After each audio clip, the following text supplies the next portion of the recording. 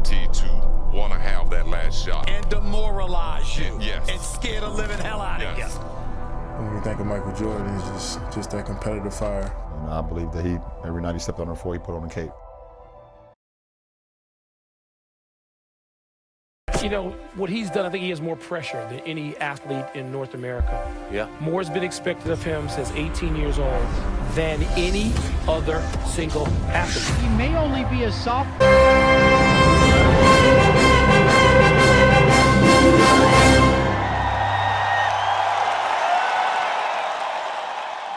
Boy, and time, man, back on another video, man, and today we got another version of who's better, man. Michael Jordan and LeBron James. By far the biggest debate in sports today. Who's the GOAT between them two? You can even throw Kareem in there, but for this video purposes, just Michael Jordan and LeBron. We got 6 categories right here we're going to rate them on out of 10. So we got scoring, playmaking, defense, rebounding, clutch, and peak. Peak, I'm going to take their 3 years, the 3 best statistical years, and combine them, if that makes sense. Like, say if Jordan 91, 88, and 96, I'm gonna take those 3 years and I'm gonna combine all the stats, all that, and then also accomplishments during those 3 years too. And same thing with LeBron. For LeBron, you could do, if I say 2007, 2020, and 2015, I take those 3 stats. Y'all get the point with the accolades and all of that. And yeah, I'm gonna have them, and for every category, I'm gonna have them pop up on the screen for y'all. But without further ado, man, let's get into the first category, man. Let's get into scoring. You feel me? First category, scoring. Come on, it gotta go to Mike, man. It gotta go to Mike. This one, I gave Mike 10 to 9. Actually 10 to 8.5, excuse me. Yeah. Michael Jordan, you could consider him the greatest scorer of all time. You ask me, it's Kevin Durant. You ask some people, it's Kobe Bryant. You ask even some people might say James Harden. But for me, the greatest scorer of all time, Michael Jordan, averages 30 points per game. 2 years where he averages more than 35 a game. In his 3rd year, he averaged 37. In his 4th year, averaging 35. I don't think I have to say much else, man. Only one of 3 players that never averaged less than 20 points a game. The guy averaged 30, the most playoff points in his career for average, 33.5. The guy was just unstoppable, pretty much. Career high of 69 points in a single game. Not much more you can say, man. LeBron's a great scorer himself, but he's not Mike. On to playmaking, though. And for the second category of playmaking, man, we got LeBron winning this one, man. 10 to 7. It wasn't really all that close to me. I mean, Michael Jordan's career high in assists was 8 assists a game in his 4th year. LeBron has 5 seasons of 8 or more assists in his whole season. LeBron's career average is 7.4, Mike's 5.3. I mean, averages don't tell the whole story, but that should give you a pretty good indication of, some things. But, I mean, look at the pass right there. Like, LeBron is just the all-time great passer, playmaker in general. Top 3, you'd say probably him, Paul, Magic Johnson. That's up there for me. Those guys are just like all-time great passers, all-time great playmakers. And yeah, man, I mean, MJ wasn't asked to do as much, but he was mostly scoring and defense. And actually, speaking of defense, man, that's our 3rd category, man. Let's get into it, man. For defense, man, I got Mike winning this, man. I got Mike winning this 10 to 9. You might say this shouldn't be a lot lower, but my reasoning for LeBron having such a high number in defense is just strictly because when LeBron, like the stuff LeBron has to do on offensive, obviously he's not going to take much, much effort on defense. Now he's 35, 36, 37 going on. But when LeBron was just asked to get buckets and sit niggas down, stop that, bro. The guy should have won a Defensive Player of the Year. Did he? No. But Jordan has more. He has career high averages more steals per game, averages more blocks per game.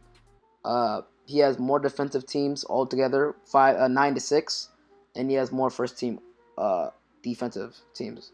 More first team all defense than LeBron, 9 to 5. You feel me? So Yeah, Mike takes this one. He won Defensive Player of the Year in his third year. Like, for perspective, imagine Klay Thompson or like who's a good shooting. I would say probably like Klay Thompson. You know, winning Defensive Player of the Year and then averaging the most points in the NBA. That's pretty insane. And winning MVP on top of that, all in 1 year. Yeah, man. Mike was that dude, man. But let's get into this fourth category. Let's get into the next category, man. Clutch, man. Let's see who got the clutch gene. You feel me? It's a lot closer than people think, though. Stay tuned. And for clutch, man, this was a very tough decision. This goes to LeBron though. More playoff game winners, more efficient all around, more total game winners. Its efficiency is there, more efficient than Mike, but this was very close. This was 10 to 9.5. I was bordering on giving them a tie, but knew I couldn't give up a tie. Not in a video like this. So this is that close to me. I was thinking about giving it a tie, but if you ask me, you want one shot, two. Say you're down 1 point, and you need a buck. Give me LeBron James before anybody else in the league. You give me and ever. I want LeBron James taking that shot. Not Kobe, not Michael Jordan. I want LeBron James. Simple, bro. At the end of the day, bro, it is what it is. Y'all might disagree in the comment section below, but I got LeBron winning this category 10-9, man. You feel me? So yeah, man, that was clutch right there. Let's get into peak, man. Let's see who had the peak. I got Michael Jordan for peak, man. You feel me? Y'all gonna see LeBron and Jordan stats right here. Take a minute to pause if needed.